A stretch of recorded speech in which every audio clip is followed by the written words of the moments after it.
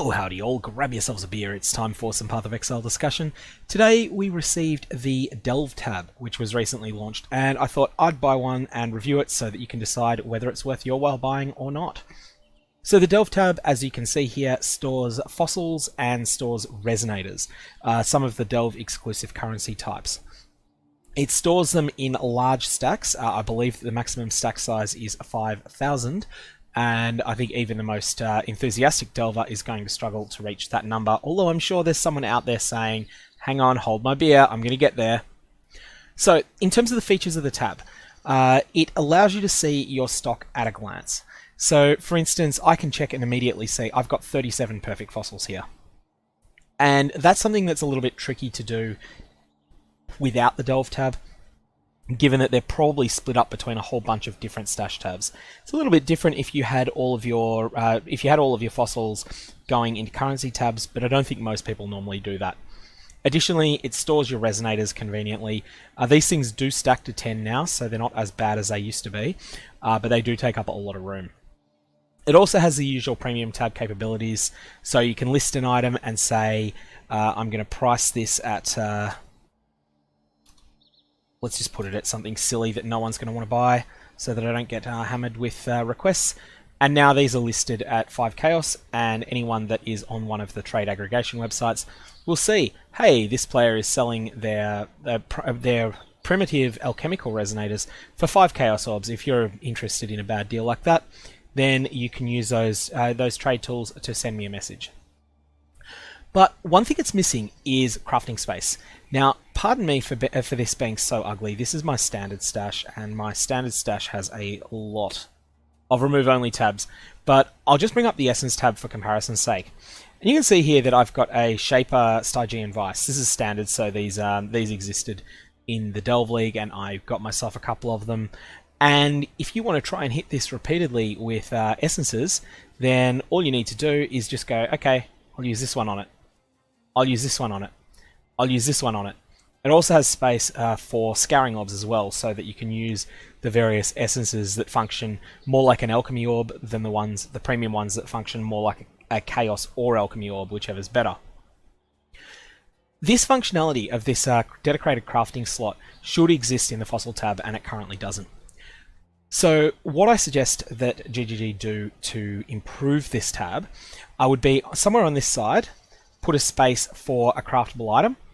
So you could have something that's large enough to hold a two-handed weapon that's 2x4 slots in your inventory. So a space that's basically this size.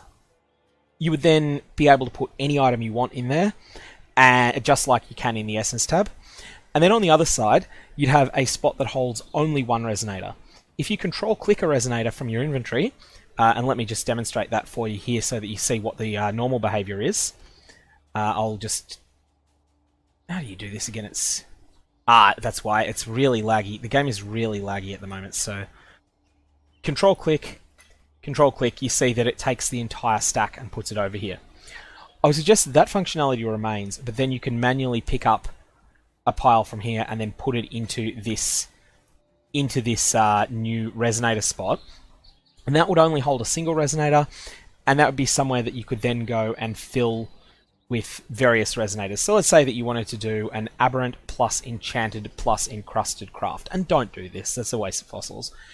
You would then put your 3-socket resonator here, pull in an aberrant, pull in an enchanted, and pull in an encrusted, and then you would then apply that to the item that's over here by right-clicking this resonator once it's full, and then hitting this button here. The other thing that I'd like to see is a spot for scouring orbs. Because of the design of resonators, there are a whole bunch of them. Generally speaking, the alchemical ones are a bit cheaper, so players will often want to have access to scouring orbs on the same tab as they have their item that they're crafting. If you wanted to maintain symmetry and be a little bit of a troll, you could put a spot for Val orbs on the other side as well. That's not needed. That would just be a bit silly. In terms of other things about the fossil tab, though, one thing that I think is missing with it is that it doesn't cope very well with multiple digit numbers of resonator stacks. So see here that this is quite legible, this 55. This you could I know it's 69, but you might not be. You might be thinking it's 60 if you weren't sure of how many had gone in. You might also think it was 68. That's a little bit annoying, so I'd like to see these numbers made a little bit clearer and brought to the front. So you'd have them be the front layer from a graphical perspective, rather than being in the background as they are here. And you can see here that 211, 244, these numbers are pretty much indecipherable. So I think that these need to be improved, and I think there should be space for actually using this as a crafting tab, taking some of the tech that's used in the Essence tab to do that. The other thing that would be nice, and I don't really think this is a solvable problem, I'd like the ability to more easily remove just one resonator, but I don't see a solution to that, because I do think that having the default pattern be to take a full lot is probably the better option. Who do I recommend this tab for?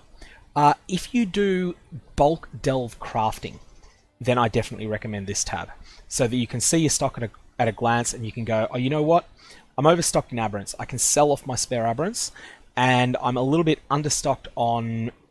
You're not really going to use many gilded fossils. They're more of a joke. You might decide you're understocked on sanctified fossils if you're using them a lot. So you might decide, okay, I've only got 3 of these left. I'm going to put up a buy order where I say I'm listing Exalted Orbs in a tab. I'm putting Exalted Orbs in a currency tab. In a normal stash tab, and putting a price on them of 4 sanctified fossils or 5 sanctified fossils, or whatever's fair at that time in that league. And then people will occasionally PM you and say, hey, I want to buy your 1 Exalted Orb for my 6 sanctified fossils, or whatever the price is at the time. So if you're going to be doing a lot of bulk delve crafting, then you should definitely consider this tab. The other people who should buy this are people who buy and sell fossils a lot. Now that can be people who do a lot of delve farming themselves, but it can also be people who are, who just simply trade a lot more than most people do in this game, and you'll have them coming in and out of your inventory all the time. In that case, I think it's worth buying. It does have quite a bit of use for you. It's not needed, however, if you don't already own the essential tabs. So the first tabs you should always buy are a currency tab and a map tab. And then the first of the non-essential tabs that you should buy is a divination card tab, at least in my opinion. And also several several premium tabs or quad tabs, depending on your personal preference. However, after that, I think it's a reasonable buy, and particularly because the price is right on it. In any case, that's my opinion on the tab. I'm going to give it a buy this unless you largely avoid delving, or you aren't a crafter, or you haven't got the essential tabs. But of course, make up your own mind on that. That's just my opinion. You got any questions? Fire away. Otherwise, hope you have a good one. Oh, howdy all, grab yourselves a beer. It is time for some Path of Exile discussion.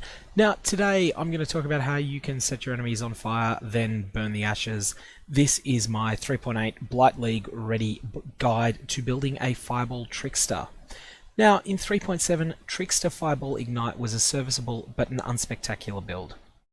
I'm posting this guide because I believe it's going to be much better in patch 3.8. Now, there's a few changes. You can see on the screen at the moment is the development manifesto for balance in Path of Exile Blight. And I want to talk about the 2 major changes that have made this build, in my opinion, considerably better. There's also one that's going to make it worse, and I'll get to that as well. But I think first up, let's go through the good stuff. So, the changes that it benefits from. In the global gem levels section, you'll see that there's a whole lot of discussion of new items that have been added to the game that allow you to get considerably higher levels for skill gems than you've been able to get in the past. Now, both Fireball and Vaal Fireball scale very considerably with gem level. Both the actual hit damage of the Fireball itself scales, but so too does the scaling of the burn, the ignite that the Fireball leaves behind as well. Now, it's possible to roll at high level staves that will give you +5 to the level of all fire spell gems that you have equipped in any items that you're wearing. So you could have one of these staves and then have in your chest piece a bunch of other, you can have a chest that's got a whole lot of other mods that also benefit the fireball that you've got in there. This allows you to get considerably higher skill levels than you've been able to get in the past. And if you don't want to go with staves, if you don't feel like you want to be locked into them, you have the option of getting +2 on each of your left hand wand, dagger, or scepter, and your right hand wand, dagger, or scepter. So you can get +4, which is not quite as good, but it's not much less, and it does give you a whole bunch of other stats that are available.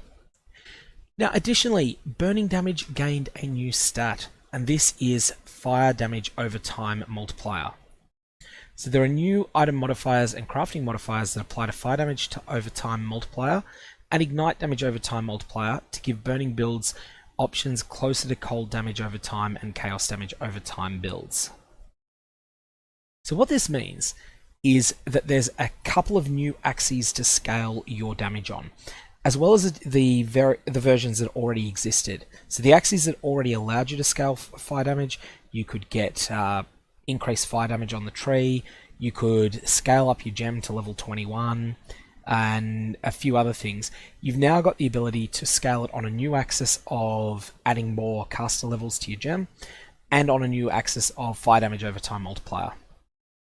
So with all that in mind, I think there's a lot of potential for a Trickster build to be one of the best options for a fireball. So why Trickster? Trickster is specialized quite considerably in dealing damage over time. So I'll just quickly jump into Path of Building and showcase the Trickster Ascendancy itself. And you'll see here that there's a couple of very juicy nodes. Patient Reaper, 50% increased damage over time. 70% increased recovery of life, mana, and energy shield if you've killed an enemy affected by your damage over time recently. This is a strong node. Prolonged Pain, 20% increased skill effect duration, 20% more damage over time. Very solid stuff for adding more and more and more and more and more damage to your fireballs. Now, for all that I've talked about the improvements that have happened to the potential for fireball, I do think it's worth saying that the mana changes will hurt this build, and a mana flask will probably be mandatory. So what this means in practice is that you're going to have one less damage-oriented flask than you could have had in the past. I think that that's a pretty small trade-off, to be honest, for the power that's been gained by all of these changes. So, we've had a quick look at what the Trickster Ascendancy offers in terms of the damage side of the build. There's also Swift Killer, which is just an all-round very good value node, and there's Ghost Stance, which is solid defensively. Those are the 4 different Ascendancy points that I suggest you take, and I would actually make a rush to Prolonged Pain when you start your character. So Normal Labyrinth, take Patient Reaper, Cruel Labyrinth, take Prolonged Pain, and then Merciless and Eternal, your choice, take Swift Killer in one of them, Ghost Dance in the other. Take Swift Killer if you want to get access to Frenzy charges and Power charges earlier, and take Ghost Dance if you want to be a little bit more durable for when you go to the Eternal Labyrinth. Lastly, if you're playing in Hardcore, I would suggest that you go with Ghost Dance early, because this build is a little bit squishy. And to be honest, I think that you might want to give some thought to modifying it, sacrificing some of the damage nodes if you're playing in Hardcore, in order to pick up some more life nodes. Okay, so let's talk quickly about the passive tree. Essentially, the passive tree has a number of clusters on it that benefit fire damage over time.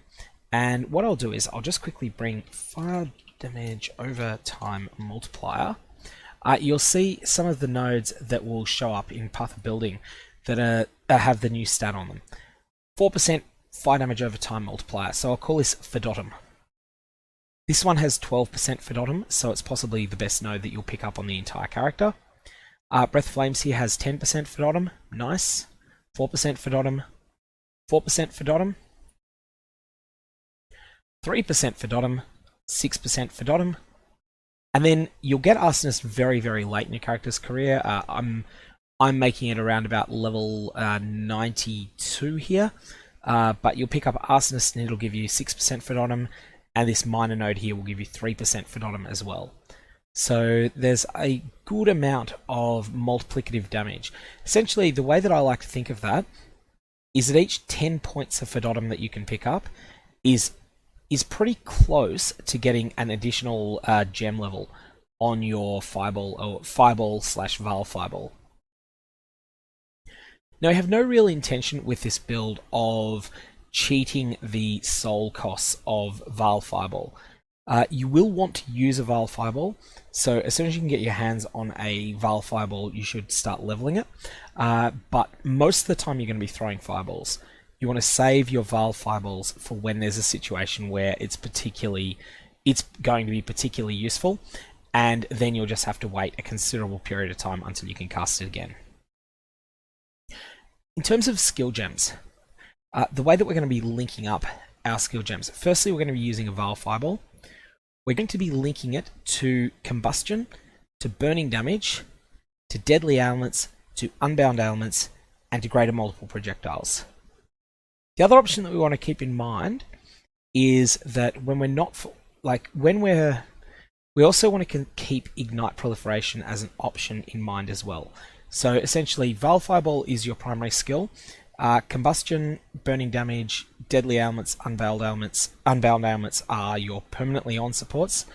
And then you can use Ignite Proliferation or Greater Multiple Projectiles depending upon the situation. I think most of the time you'll be using Greater Multiple Projectiles because you want the extra screen coverage that you get from that. In terms of other skill gems you want to use, you'll need a movement skill. I suggest that you use Flame Dash, but feel free to modify this in accordance with your own preferences. Flame Dash, I find it works well with faster casting, but other potential movement skills are things like Whirling Blades. Whirling Blades has its strengths, it can be used with Fortify. I'll let you make up your own mind there. I also suggest that you use a Guard skill. Guard skills are particularly good at ensuring that when you are surprised and like when you're surrounded by enemies and taking a lot of damage, that you can throw up a guard and just endure some of the damage that's coming in. In terms of guard skills, this build, Molten Shell is the strongest of the guard skills, but you can't really use it very well because most of the gems that you're using are not red. When your gems are mostly not red, you're not going to be able to be using items that have a lot of armor on them, and so Molten Shell is not going to perform very well. For that reason, I suggest you either go with Steel Skin or with Immortal Call. I suggest experimenting with both of them, and I suggest experimenting with both casting them manually and also with having them triggered by cast when damage taken. It tends to be an individual player preference as to which one works better, and I'll leave that decision up to you. There's not actually any other really critical skills that you can use, so what I would suggest is that you fill out any other slots in your gem setup with various fill them up with just utility skills that you prefer. There is some value to using the Malevolence Aura to increase your damage over time, but that is going to be the only other real one that sticks out. Now, in terms of gearing, the key things that you need to look for. There are new sources of fire damage over time multiplier, which we don't know how they're all going to be obtained as yet. These are going to be something that you'll have to keep an eye on sources like the Path of Exile subreddit to find out what has been found and how it's crafted. There's also plus levels to fire skills gems, which we know will be added to the regular mod pool for staves and for daggers and for wands and for scepters. Chest piece, early on I suggest that you use a Tabula Rasa. Mid-game, I suggest that you look for a Skin of the Loyal that has one beneficial corruption on it and has good colours. Very late, I suggest that you either use a Great Shaper chest that has +1 to gem levels and or socketed gems are supported by Arcane Surge, which is a mod that comes from Delve's Etheric Fossils, or a Skin of the Loyal with 2 great corruptions on it. You'll want to be using Opal Rings eventually, but while you're getting yourself sorted out, feel free to use Resist Rings, feel free to use Life Rings as need be. For your belt, you're going to want to craft it with the Scorch Fossil mod, which adds fire damage, increases fire damage, and or the Prismatic Fossil mod, which increases elemental damage. Alternately, you can use a Corroded Fossil, which increases damage with ailments. Now this has higher numbers than the Scorch Fossil or the Prismatic Fossil have individually, but the Corroded Fossil the Corroded Fossils preclude getting any elemental rolls at all. The God tier roll would be using a Tangled Fossil and getting all three at once. However, this is extraordinarily unlikely, and I don't think that it'll exist during the entire league. For jewels, Scorched Fossils will provide the best bang for your buck here. Scorched Fossils will allow you to roll jewels that will provide increased fire damage, increased burning damage, and all sorts of other good stats that you want. Otherwise, you can get by with the basics of life, move speed, and resist on rares everywhere, which is a good spot to be in. The easier your gearing is, the more flexibility you've got. Last thing I would suggest is using one of the Rolling Flames unique jewel, which is a threshold jewel that increases the size of the explosions your fireballs set off when they go off. In any case, that's all I've got for this build at the moment. It is still at the theory